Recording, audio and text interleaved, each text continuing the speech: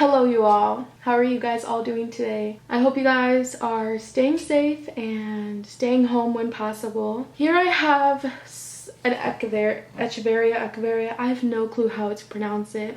Everyone says it differently, so until the president of Succulents or the CEO of Succulents tells me otherwise, I think I'm gonna pronounce it Echeveria or Echeveria. And here we are after winter, and we have a lot of babies, but I didn't want to mess with her before fall going into winter. But now that it's spring, it's the best time to propagate, so I gave her a good watering yesterday and made sure that I watered her prior to beheading, just to ensure that her leaves have enough water, I guess, and nutrients to be able to support new root growth, which can take up to 24 hours to a long time. Really depends on the method you choose to root your cuttings.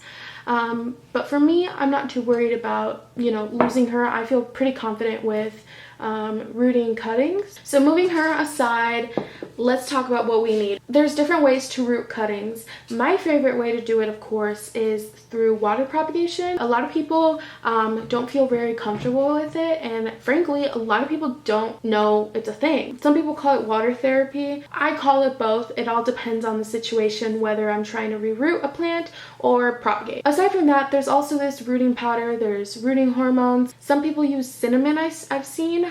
This one I just purchased at Home Depot. It's probably like $6-8, no more than 10 for sure, and it has lasted me quite a bit. Here are two other tools that we'll definitely be needing. One of them is actually optional, so that was a lie.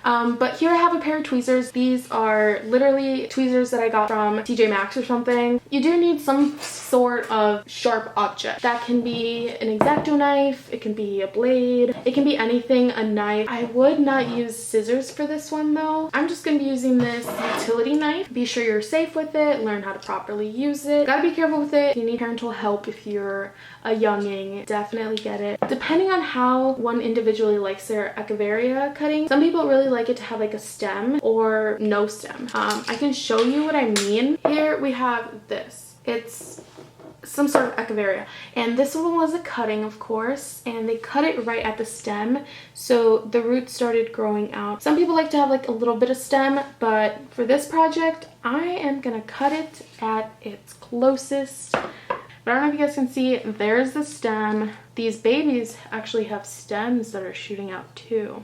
But here we go. I've never actually done this as I'm making a video for other people. I've never actually done this before, but oh god, we did it. Do you guys see that? She cut open. Now I'm gonna try to go in from, oh, she fell off. Okay, there we go. But she's beautiful. And if we take a look at the back of the stem, look how neat that looks. It's got a lot of deep coloring in the rosette and even on the stem. Setting her aside, we're just gonna let her callus over. Now, the rooting process for this is not too difficult. I know how to do it because I've failed from it and I've been successful, so I know what and what not to do depending on the situation. But I'll definitely be doing a video on how to root cuttings. Going back to this beauty, what we have left, look at that. Look at that. Looking pretty strange, not gonna lie. It looks like she's got a bunch of dry leaves and a bunch of stuff. I can't count how many babies she has here, but she has a few, maybe 5 or 6. Here we have a leaf we lost in the process, but that's normal. And let me clean her up actually, because I just want it to look cute. I love doing this type of detail work with succulents. I think it's so fun. This is always a great time to inspect your plants of any pest or root rot, of course. Your plant wouldn't look like this either way. If it had root rot, it would definitely look very sad. Looks like we have this little baby growing. We'll have to document the growth of that guy. There's not too many leaves. They don't suck up their own leaves. They suck up the mother leaves first, which was the one the rosette we just took off. So now we're gonna let these babies be free. And ta-da! She looks really ugly, really strange, and honestly not aesthetically pleasing.